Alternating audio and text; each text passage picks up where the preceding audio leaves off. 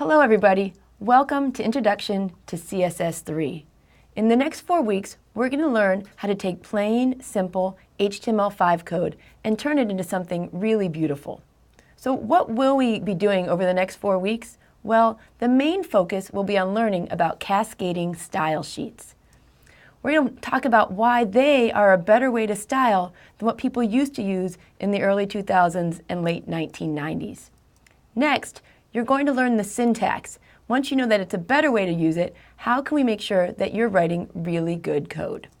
Once you've figured out the syntax, we'll go on and we'll also talk about development tools. When you do web design, it's very rare that you just sit there and you code and you don't look to the left or look to the right or go look on the web. Instead, you're going to be using other tools to see how you can change your code without actually having to write the code beforehand. Finally, as always, we'll be talking about accessibility issues. It's always fun to add colors and animations and cool things to our page. When we do that, we want to make sure we don't do it at the cost of accessibility. We want to make sure everyone can see everything on our page. So let's talk about what we're going to do on each of the 4 weeks. In week 1, the focus is really on just getting you started, getting your feet wet, and getting you a little bit of confidence in knowing that you can do this. We're going to start by talking about the 3 common methods for styling code, and once we cover them, we're going to talk about how these methods interact, which ones are better in different situations, and different things so that you can feel confident knowing how you can best style your page in any specific situation. Next, we'll talk about the basic styling of fonts. By the end of week 1, I really want you to be able to take a web page and change something really obvious. Can you change the text so that it's cursive or underlined or a different color? Finally, we'll very briefly talk about placing elements on the page.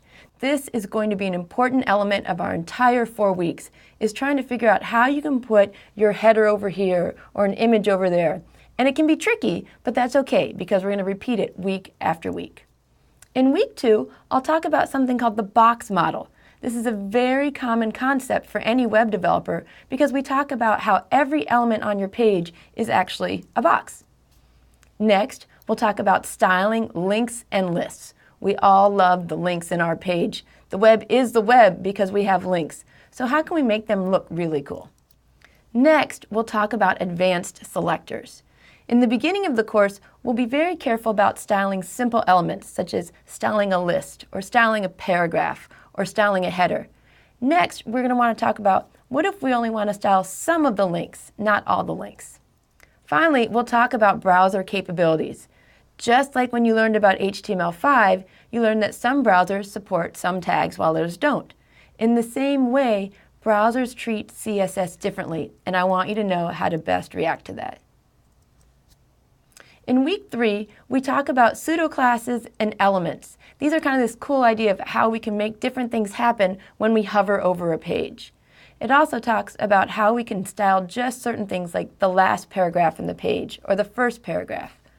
We'll also talk about transitions. This is a way of changing the look of one of the elements on your page, which is very similar to the idea of transforms. Transforms are how we can rotate things on the page, skew them, making them bigger and smaller, and doing different things like that.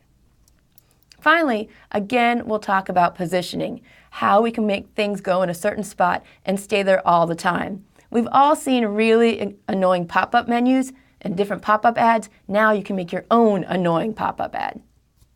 In week 4, we're not really going to cover new material. Instead, it's going to be samples, samples, and more examples and samples.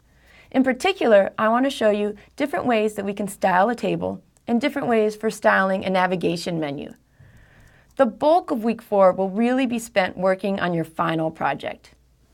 So I want you to know right off who this class is for and if you're ready and or interested in taking it. First of all, you don't want to take this class unless you know about HTML5 already.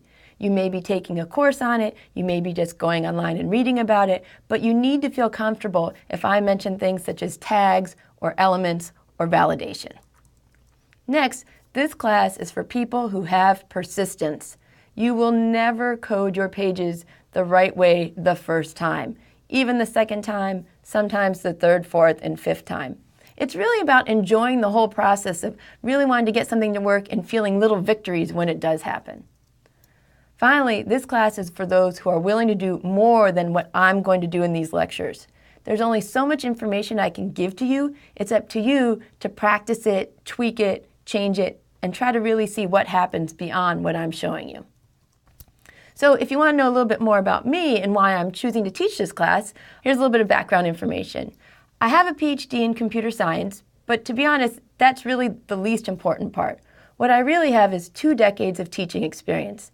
And during this time, I have taught a wide range of students in a wide range of topics. And I found that I really enjoy explaining things in different ways, and I really enjoy reaching out to students who maybe have more questions.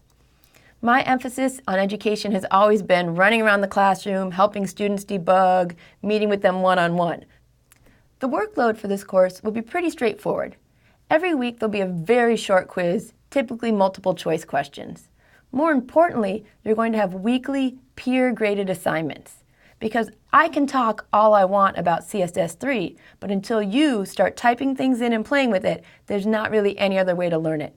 So every week, every student will have the same HTML, but you'll create your own unique look for it. The final peer-graded assignment, the one in week 4, it'll be fairly substantial in order for you to create something that you can really be proud of and that'll have your own unique stamp to it. So let's talk about how you can succeed in this course.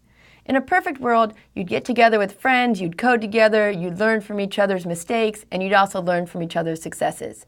So while we don't have that one-on-one experience, make sure you use the message boards, not only to ask questions, but to see what other questions people are putting. You can learn a lot that way. I really can't stress enough that I don't want you to feel like I'm trying to trick you or that I'm giving some sort of gotcha problems. If you're ever working on something and you're stuck on it for more than 15 minutes, move on. This is CSS. It's styling. There's always something you can change, and you can find something else that you prefer to work on.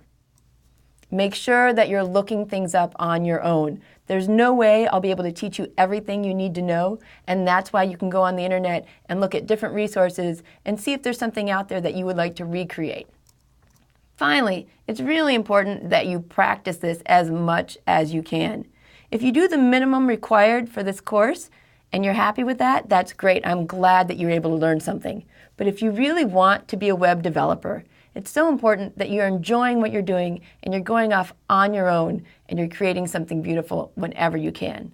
So I welcome you to the class, and I can't wait for you to join us as we learn more about cascading style sheets. Thanks.